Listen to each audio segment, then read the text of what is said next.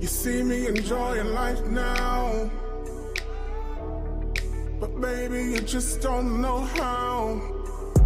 I've conquered my fears, cried a bunch of tears, wasted a lot of years, but I find myself together with you. And baby, if we keep it real, all the way real, I'm fly me to the moon, let me play among the stars, let me see what spring is like on Jupiter and Mars. In other words, hold my hand. In other words, baby, baby, kiss me. How y'all doing tonight? This is Uncle Walter, and I'm here with another episode of Won't Be Unfiltered, where we're getting ready to have the conversation. Tonight, we are talking about taboos, and we are talking about things that are detrimental to our people. Who are our people? Us. Our family, individuals. Then we're going to talk about the fact that some of you church people run people away from Christianity, and then you get mad when they start practicing something else. So tonight we're going to talk about being too real for family and too raw for the church. Have you ever felt like you were too real for the family and too raw for the church? Now, to have this conversation, I did invite one of my mutuals from TikTok. This is a young man. I love all of his content. When I get him up on screen, I want you all to go and follow his page, like his content. He is one of my Q Plus family members. We get ready just to have this conversation. Now, I want everybody to understand we're not therapists, so we're not here to be clocking nobody's tea and diagnosing nobody, although we will read the hell out of you if you try it, okay? And y'all think I'm Tetris. This guy will get you all the way together. So y'all tread lightly. Be respectful. Amen. But we're getting ready to have an amazing conversation. I believe we're going to grow. I believe someone's life is going to be enriched because of this conversation. So y'all help me welcome to the stage this young man. His name is Midas. How you doing tonight, Midas? I am doing great. How about you? I am doing wonderful, wonderful, wonderful, wonderful. So what's been going on with you lately? Tell us a little bit about yourself. What are you doing? Absolutely. I have been getting in shape, been hitting that gym Okay. here lately. I don't know why I turned 30 and decided to do that because definitely been Mm-hmm. interesting to say the least. Other than that, I go to work, I work out, and I mind my business and I drink my water. So, I like that. Staying out the way, minding your business, drinking your water. That is one way to keep all your teeth. All right. All right. So as you know, we're here on Midas, and we're going to talk about we're talking about taboos in the black family. I'm black, you're black, and there are there are a lot of things that go on in the black family, and we're just gonna dive head first into this conversation. I don't want to lose it with a whole bunch of ridiculous pleasantries, but before we get started, we got a little quick icebreaker just so you get comfortable, we get comfortable, kind of get used to your personality, how you respond, what you're going to say. We have a quick game, and the game is called I'll Keep Your Secret or Ooh, I'm Telling. Okay? So I got 3 questions for you tonight, and your response is we're going to talk about it. Either I'll keep the secret or Ooh, I'm telling. All right, so the first one is your cousin sometimes wets the bed at 40. I think I'm gonna have to tell. Because why are Okay. you 40 wet in the bed, baby? Now, if it's medical reasons, I'll keep your secrets. Okay, okay, But if okay. you just grown and you pissing in that bed, You yeah, come, come. You gonna get this work? I absolutely. got it. Okay, okay, all right. So if it were me, honestly, that is a secret, but we would definitely have to have a talk. Like, bruh, why are you peeing in the bed? Can we come up with some different options? Like, yeah, we would have to like. Should you keep maybe a bucket by the bed? Would that Okay. help?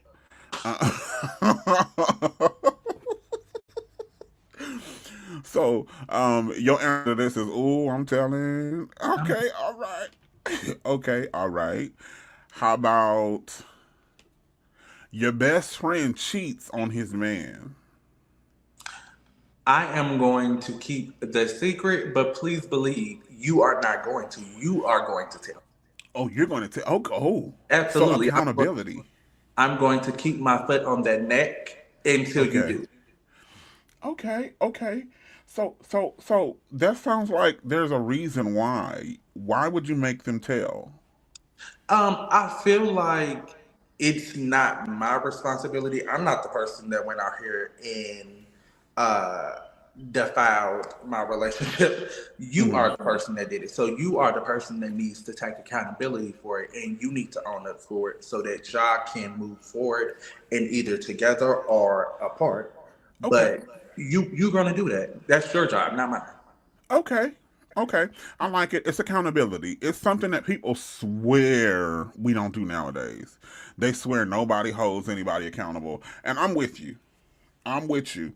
If you're gonna cheat, just end the relationship and go do what you're gonna do. Like, ain't nobody saying you got to be with them. But to be sitting here holding someone hostage while you're getting yours on the side, I think that's not fair to the person that you're with. So I don't know. Nah, I wouldn't tell, but I definitely, like you said, I definitely would keep my foot on that neck Yeah.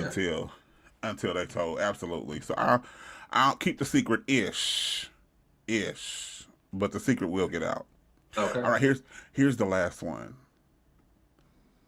Your friend sometimes uses child support money to get her hair and nails done.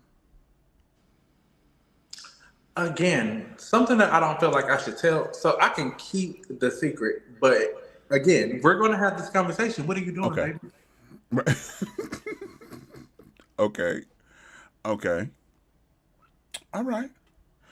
Right. I'm telling because I pay child support. Ooh, I'm writing the county. I'm writing the judge. No, I'm just playing. Use that money for that baby. Nah, nah. Okay. Nah, so I want everybody to be clear. I believe whether you are in the child's life or not, you should pay child support. Okay, especially if you have the resources to do so. You need to pay child support. It just needs to happen. That's how I feel about that. All right. Well, moving into tonight's conversation. All right. There's some taboos that just go on in the black family that sometimes they are uncomfortable. Um, but I think growth requires that we be uncomfortable sometimes. Nikita, how you doing, boo? I ain't seen you in a minute. Welcome to tonight's conversation. Secrets kill. Secrets kill. I think secrets hold people hostage. I also feel like secrets, especially if they're not properly managed, I think secrets, I think they damage people to their core Mm. and could possibly prevent people from manifesting the best version of themselves. Secrets do. And one of those secrets being mental health, especially in black families, we don't like to address mental health issues or even talk openly about mental health issues. So I have a question for you. Do you have any experience with anyone dealing with anxiety or maybe like depression or something, and it may have been uncomfortable or something of that nature? Yes, absolutely. Okay. It's something that I have dealt with myself in my Okay. personal life. Mm-hmm. And of course, I have loved ones, my mother. Mm-hmm. So yeah, very well versed. Abs- Absolutely. By the way, I've dealt with depression as well. I tend to wear mine. I'm an emotional eater, which I need to conquer. I need to conquer that. Some people be like, "Oh, I got stressed and I lost weight." I'll be like, "Damn, I wish I I wish that was something that could happen to me. That was the case, and I don't know what happened. And then the weight started being like, "Hey, I'm gonna stay a little bit," and I said, "Oh, okay, it's time to go." Okay. Oh, okay, okay. Um, so I deal with anxiety badly, and I think we all do to some degree. I really do feel like we all deal with anxiety to some degree badly. But I like this new wave where we feel like we can talk now about our mental illness. However, so I'm 42. Okay, and it wasn't always okay to say that you were depressed in a black family. um, they would really almost act like something was irrefutably wrong with you if you said you were depressed. Have you ever witnessed anything like that? Oh yes, yes. Okay. My mother would say that all the time. Like, what do you have to be depressed about? What do you have to be depressed about? And I was like, well, baby, I have a list. If you want to hear the list, Like, I'm keeping a running tally. okay. Yeah. So yeah, my mom thing was, you don't pay no bills, you don't this, you don't that. What do you have to be depressed about? But when you look at what depression is, when you look at the surrounding things, because so, um, cat's out the bag. I'm gay, right? And I was raised in a religious household, and so sometimes homophobic things were said, and we didn't have the verbiage back then, or even the freedom to speak up and be like, hey, that kind of hurt my feelings, type deal. That wasn't allowed because you could not say that you were gay back then. You said you're 30, right? Yes, sir. Okay, so it maybe slightly has it always been okay to be gay in your lifestyle? Okay, okay.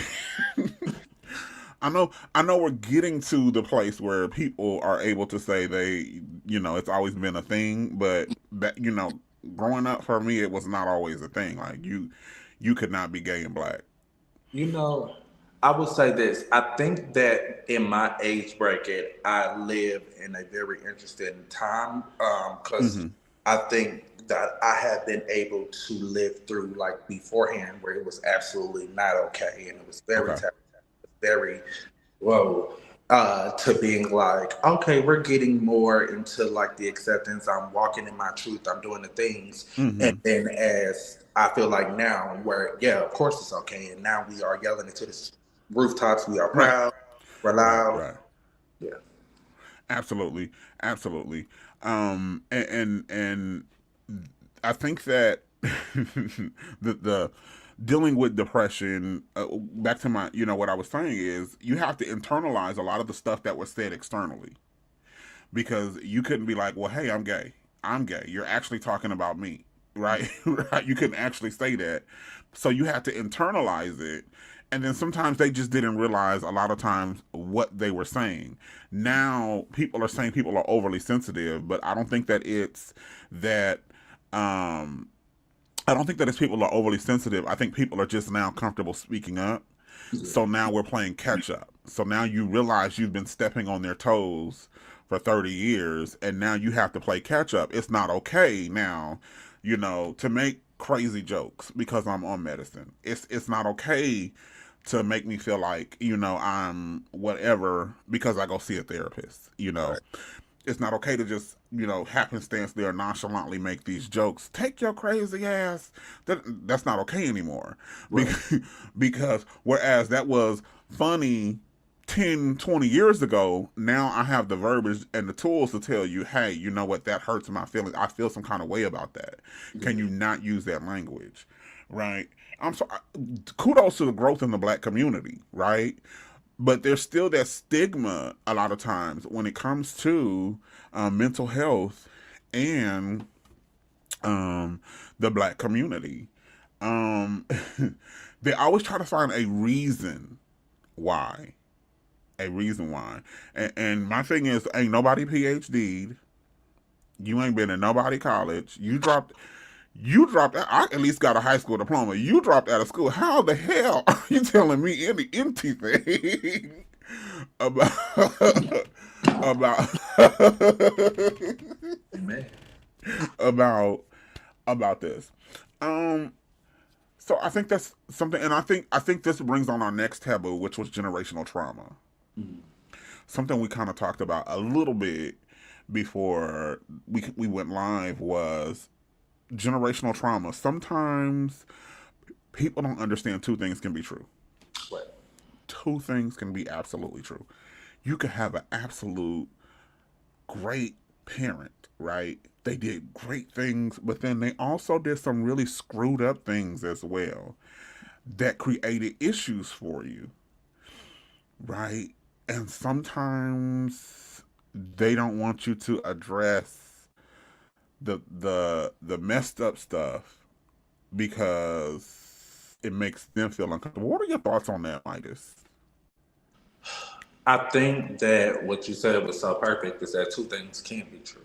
Uh And huh. I think that, yes, um, I get it because being an adult now, have been the age that my mother had me and all of the things, um, I understand now what she was dealing with, paying Mm-hmm. bills, keeping the lights on, making Right. sure I'm taken care of. And she has, it's six of us. So, Mm-hmm. doing all of the things. However, I don't think that that excuses you Right. from anything that you have said that was hurtful, that was Mm-hmm. mean, and that was traumatic for me, and Mm-hmm. that shaped me and molded me Mm-hmm.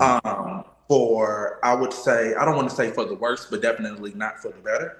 Right. Um, and I think that that's what people forget, that yes, we can give grace and we can say, Mm-hmm. hey, Mm-hmm. understand that you were dealing with a lot at that time. Right. But at Right. the same time, I did not ask to be here. And Mm-hmm. so you, Mm-hmm. as my parent, you were responsible for every single thing Mm-hmm. that you did and that you Right. said to me during that time. Mm-hmm. And I think that a lot of black parents feel this thing, like when we are wanting to have these conversations, they think that we want them to get on their knees and please, please forgive me. And I don't Right. Right. necessarily need that. Absolutely not. I would like for us to have a conversation Yeah. for you to see, like, hey, yeah, you did that, you said that, and this is Yeah. how it affected me. Yeah. And you can understand how you impacted me so Mm-hmm. that we can build together and Mm-hmm. we can learn from that together and we Yeah. can move forward to a better place. Absolutely. Absolutely. I love what you're saying because it's a form of accountability, really. Yeah. A lot of times older black people feel like they can't do no wrong. They cannot do no wrong, and we owe the respect we owe them is to act like they shit don't stink. Excuse my language. They act like we owe them that. Oh, is that a dog? You got a puppy? Oh That no, was I'm sorry. That oh was the that that wasn't a was the dog. cup. Uh, I am so sorry. okay, okay. No, but sometimes they act like we owe them to act like they've done no wrong, and I feel like that's not okay. I feel like on some level, some accountability has to be taken. Like you said, I don't need anybody to get on their knees and beg for forgiveness. I'm 42 years old. I don't need you to beg for my forgiveness. Sometimes I just want to have the conversation so I understand the why behind. So I understand the so that is a dog over here on my end barking. So and I thought it was on your end. Ah! Stay off the get up off of that cocaine.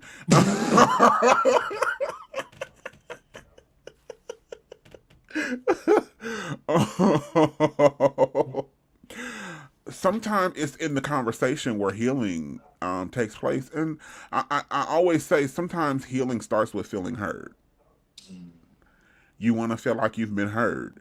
Um, and it's not a matter of weakness and no, you're not on no, I'm not simping over whatever, but I legitimately want to talk through some of these things Yeah. that happen, and I want to talk through it. It's difficult. My therapist was helping me understand there's no kids in the conversation. I am your child, but I'm not a child, right? And sometimes you got to have that lateral conversation so that you can have that, okay, I just need your help understanding this so I can get past this hump, right?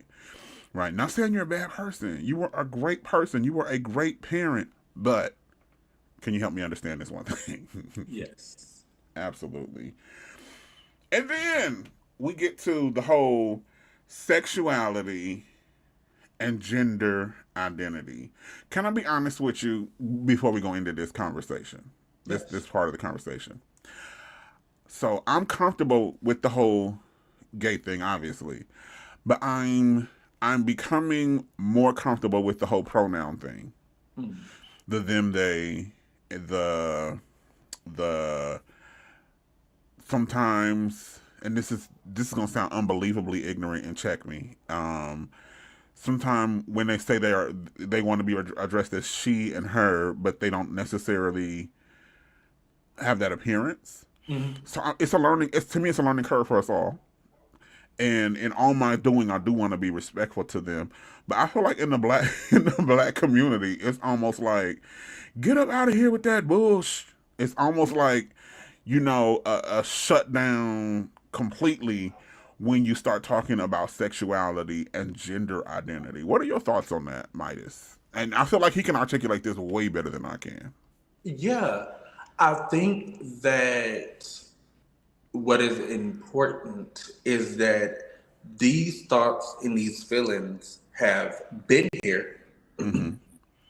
And I think that now we are at a place where we are able to uh, articulate these things better. Uh We huh. have the verbiage, the tools, the knowledge, and Mm-hmm. education out there for people to be able to learn.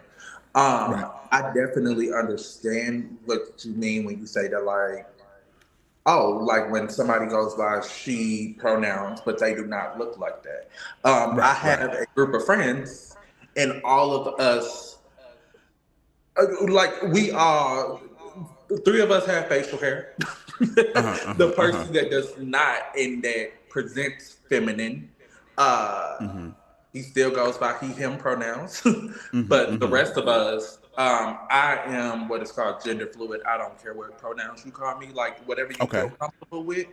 Um, and so there are people who refer to me as she, her, and I'm not offended by that. I don't. I'm okay with it, and not Right. Right. because that I am trying to communicate that I am a woman, but what I am Right. trying Right. to communicate with is that I understand that I have masculine energy, feminine Mm-hmm. energy, Okay. especially as a gay man. Uh huh. Um, and I feel like in my gender identity and in my sexual orientation, those pronouns, it kind of helps. I don't want to say validate, but it does kind of like it speaks to that when somebody Mm-hmm. says she, her. That's something that I know that my queer friends will Mm-hmm. address me as. Um, and I feel like it's kind of like our own bond, if that makes sense. I feel like I'm Yeah. rambling, but I hope that No. I'm No. No. explaining it well. You're making sense. You're making sense. You're making sense. So what you're saying in essence is it's a community thing. Yes. Okay. It is a community thing. Again, so like I always try to show that respect and it's funny unless you're in the queer community. So when I first started coming into the queer community, I used to be one of those that would get hung up when anytime somebody would be like, girl, please. I ain't no damn woman. I would be one of those like, and they'd be like, calm down.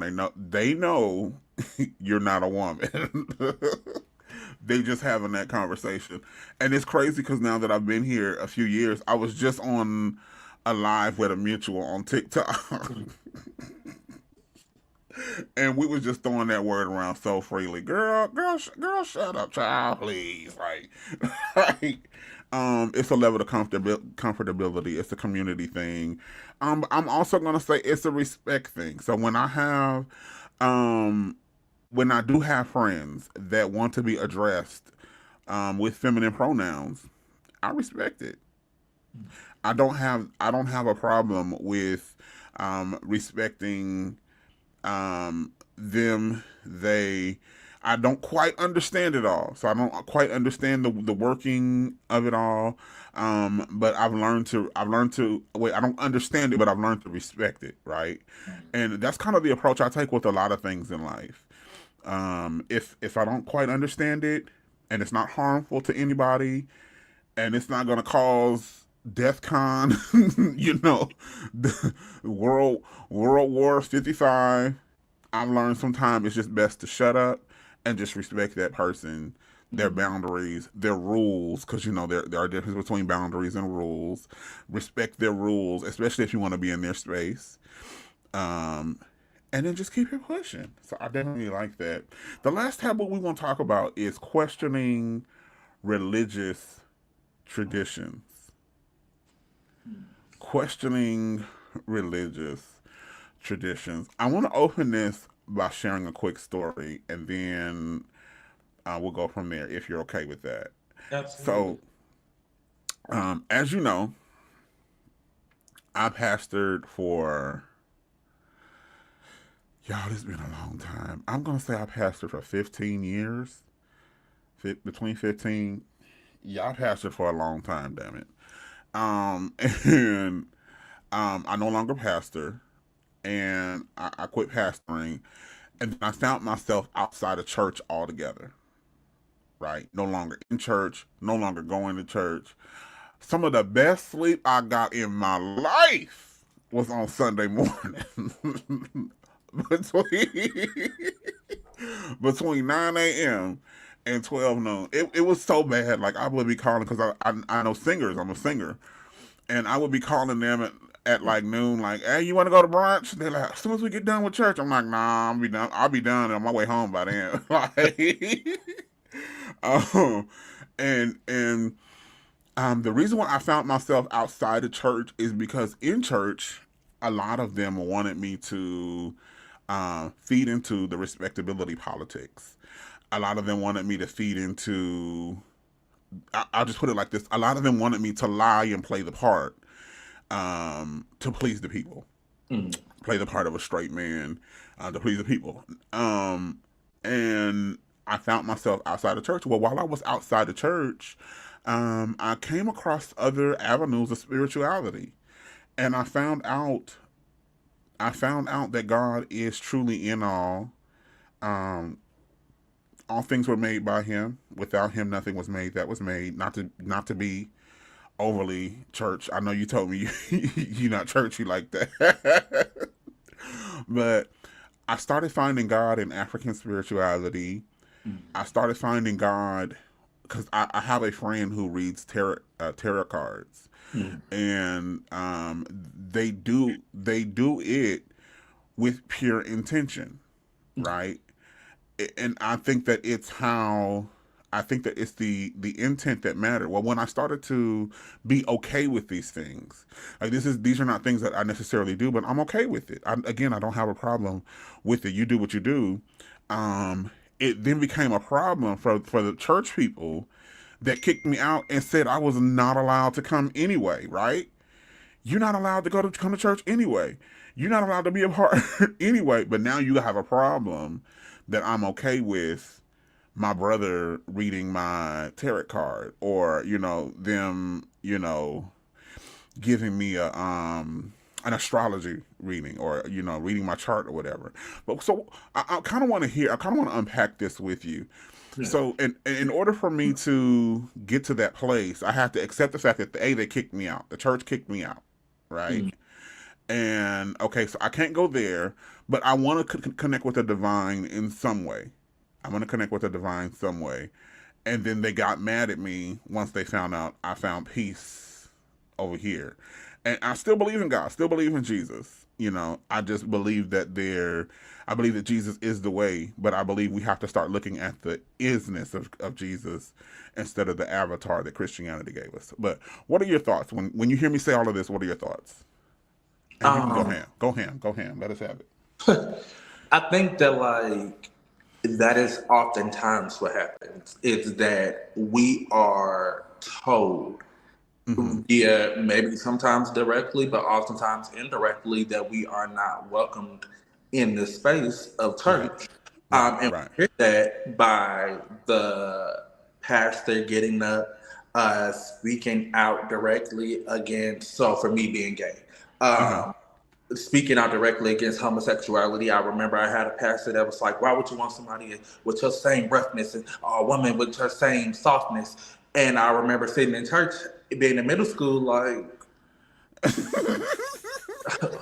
like Don't I tempt don't me. know. Don't tempt me Uh, with a good time. okay. Um, and that has been the sentiment throughout me going to church. Mm-hmm. I remember going to this, it's really for young adults. It was when I was in college. Mm-hmm. It was this, I don't know if I can say the name on here, I ain't trying to get no cease and desist, but it's this large conference, Christian conference, Mm-hmm. and there are a bunch of different speakers that get up and speak. Okay. And when I say the topic was so heavy on homosexuality, like it was great. They had Mm-hmm. great music, it was engaging and it was fun. But when I say they could not stop with the Uh-huh. homophobia, baby, I Mm-hmm. was like, I did come here to get closer to God, but I don't feel that. Right. Uh-huh. And honestly, I can pinpoint that moment. I Uh-huh. believe it was 2013. Mm-hmm. I can pinpoint that moment and to say that that is when I really started to lose that connection Uh-huh. with church and with God. Mm-hmm. Because I was like, I had made peace with who I am Right. as Right. a gay young man. Uh-huh. Uh-huh. I had felt those feelings. I had been in my uncle's basement praying and crying and saying, please take this away from me. And it never got taken away. So I took that as a sign that, okay, well, and I need to love myself. I can accept myself. And I'm Mm-hmm. okay with who I am. Mm-hmm. But Mm-hmm. what I'm finding out is that who I am, it's not welcomed in this space. Right. I don't feel welcomed in this space. Mm-hmm. Mm-hmm. So for me, it's like, why would I continue to show up somewhere where I'm not wanted Mm-hmm. and Mm-hmm. where I'm not needed?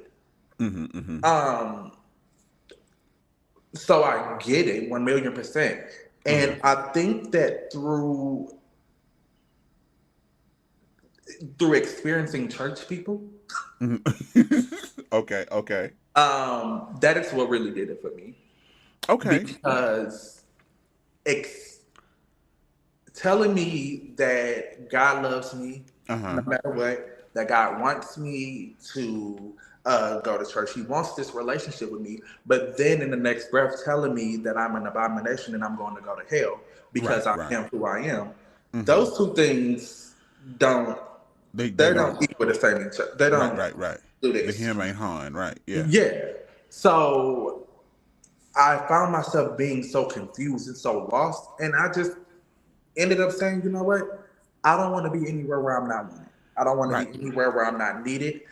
I Mm-hmm. don't want to believe or worship a God that I feel created me Mm-hmm. to Mm-hmm. be here, but then turn around and telling me that, like, hey, I don't really mess with you because Right. of who you choose to lay with. So I get it. It Mm-hmm. really, I feel like the church spent all of these years telling me, Mm-hmm. hey, you're not welcome here. You're an abomination. You're Mm-hmm. wrong. Mm-hmm.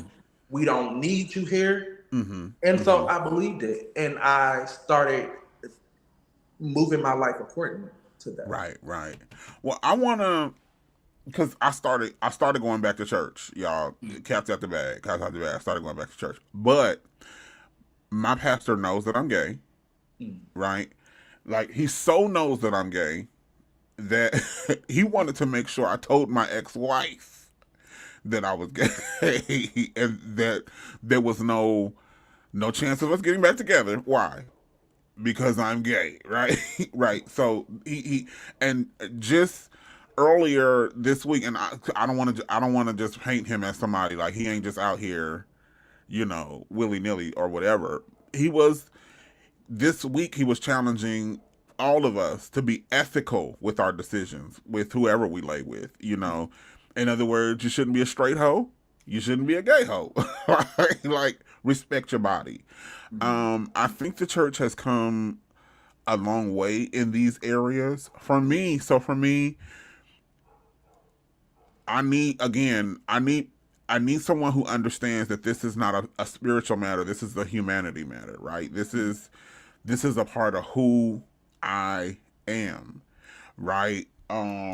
It's crazy when you talk to people and you're like, when did you realize you were straight? I've always been straight. Well, okay, all right. Well, I've always in some way looked towards men with an affinity, right? I've always had that draw, and then they always try to pinpoint this is when the spirit entered, and this is when the devil came in and started. And I ain't got time. I don't have that conversation till I've been blue in the face, and I just want to encourage you, like if you ever feel tugged, find a affirming church. Don't go to these churches where they just are just dogmatic. And I also want you to know it's mess in every church. I don't give a damn if the pastor is affirming or not. It's gonna be mess there too, because wherever there's humans, there will be shit. All right, all right. So you disconnected with church. What do you do for spirituality? How do you express yourself in that facet? For the ever since I have stopped going to church, and I have so I am not a Christian. Okay. I'm not a person that it's not that I don't believe Mm-hmm. in Christianity, and when I say believe in, I mean that like that there's no truth to it. Right. Right. Um, I feel like there's truth for it for people who choose to practice, people Okay. who choose that as their spiritual belief. Right. Right. I just do not feel like that's the end all be all for me. Got it. But the piece that I have been struggling in ever since I left is what is true, what is real for me, what do I Okay. believe, and that's been a journey that I have been on for, Mm-hmm. I think the past 5 years, 5 6 years now. Mm-hmm. So it's been very challenging for me, Mm-hmm. but every time that I think of like, okay, could we go back to church? Could we revisit this? Mm-hmm. It's like this immediate no. It's like this immediate, like a hard Got stop it. for Mm-hmm. me. I get it. I get it. I get it. And I was there for a long time, honestly. I was there, so I get it. I definitely. Ooh, as soon as you said it, that's like I can identify with that. Like even now, when they invite me to certain type of churches, so I'll get a call. I heard you. I heard you back. Yeah, no, not interested. Click. Like certain type of churches. When I hear certain verbiage, I don't even want to be a part um, of that type of situation. So I definitely get it. I was laughing at your video this week. You redid the lyrics to "We Are Blessed" by Fred Hammond. Um, telling the people you're pressed in the city, you're Yeah, pressed in the field. you're I pressed when you love come, it. you go.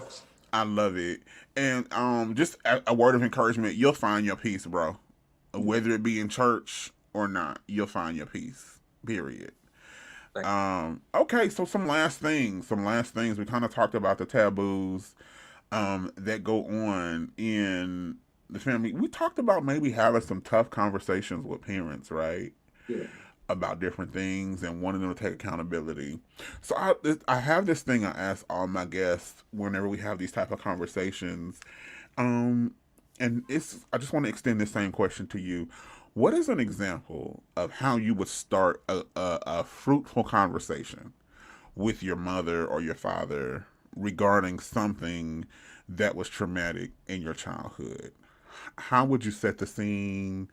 When would you have that conversation? And it's different for everyone. There's no right answer. yeah. Um, I do not speak to my father, Okay.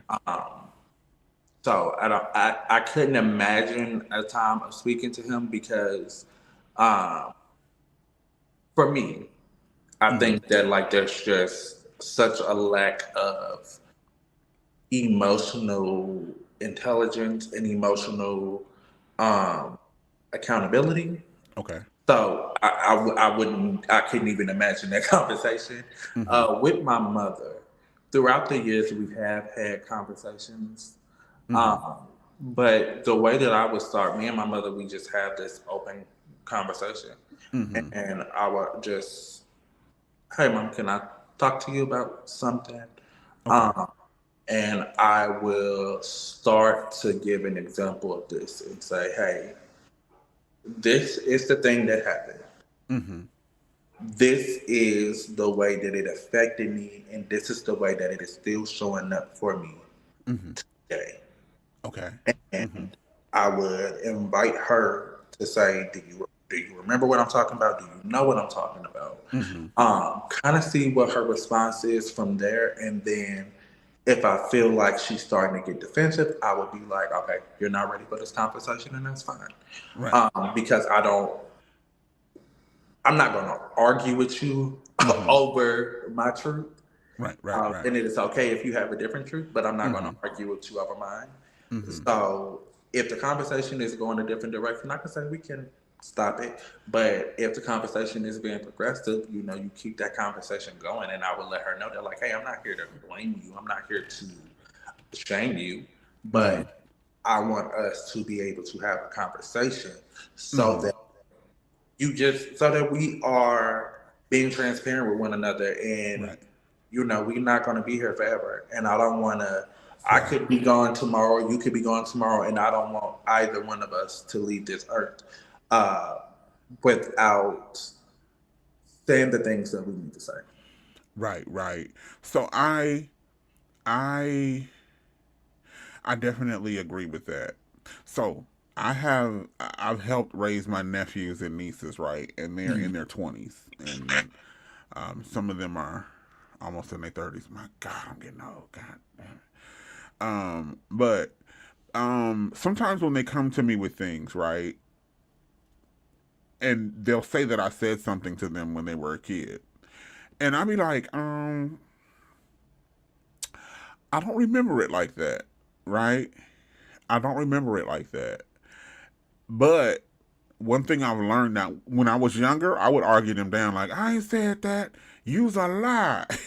Use another lie. Like I would go back and forth with them. Like, but now that I've gotten older, I realize it's important for their healing. So sometimes I'll let them know like I don't remember it like that. But obviously that's how you interpreted it. Mm. Okay. And so then our conversation can start there. And but then I don't attack their mental stability the whole conversation. Well, since you said, I said no. I just leave it at, I make the disclaimer up front. I don't remember it like that, but this is obviously what you heard. Let me give some light to maybe what I meant, or or try. I have flat out apologized. Like, hey, I'm sorry. Yeah. I don't see you like that. That is not how I view you. And then of course, I then speak the truth of how I do see them and how I do feel about them and how I felt about them in that moment. Just as a way of healing. Again, just trying to let you all parents know that sometimes you can just apologize to your kids. You don't have to always um, you don't have to always be combative. Again, just because they're calling you out on something you did does not mean they're saying you were a horrible parent. And that does not mean that they're saying you are a horrible person. Well, I do want to thank you for joining me tonight. Midas, did you have fun tonight, Midas? I did. I had a lot of fun. Uh, okay. Okay, so if I asked you to come back, would you come back?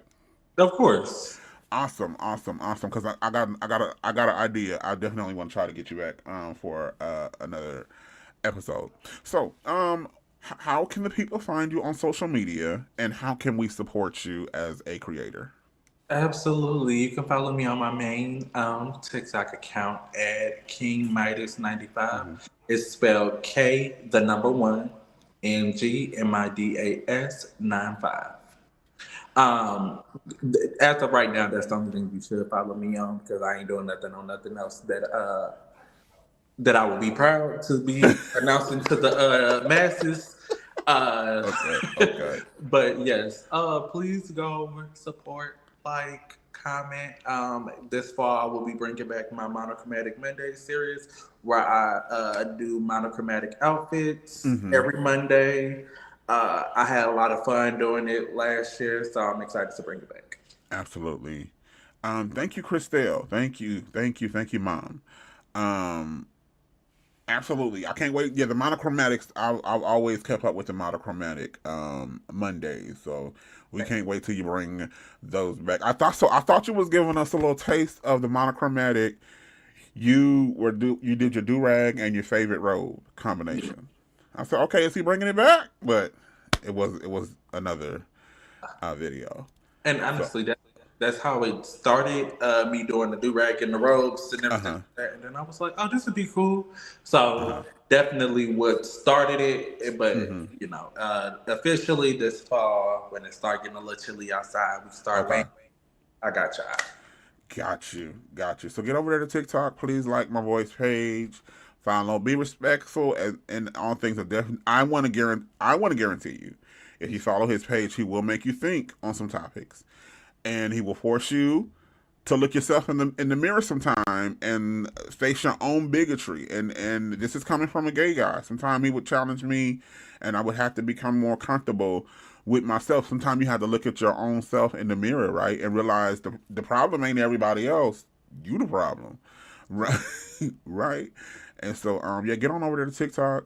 Good content, funny content, serious content. We definitely want to thank you for tuning in tonight. You all are amazing. I appreciate you all. Don't forget to comment if you're watching the replay portion of this video. Go ahead and comment, and somebody will respond to you. All right, y'all. I'll holla. Bye.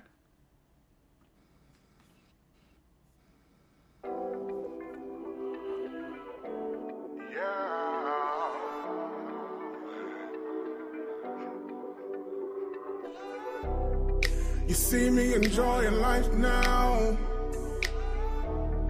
but baby, you just don't know how. I conquered my fears, cried a bunch of tears, wasted a lot of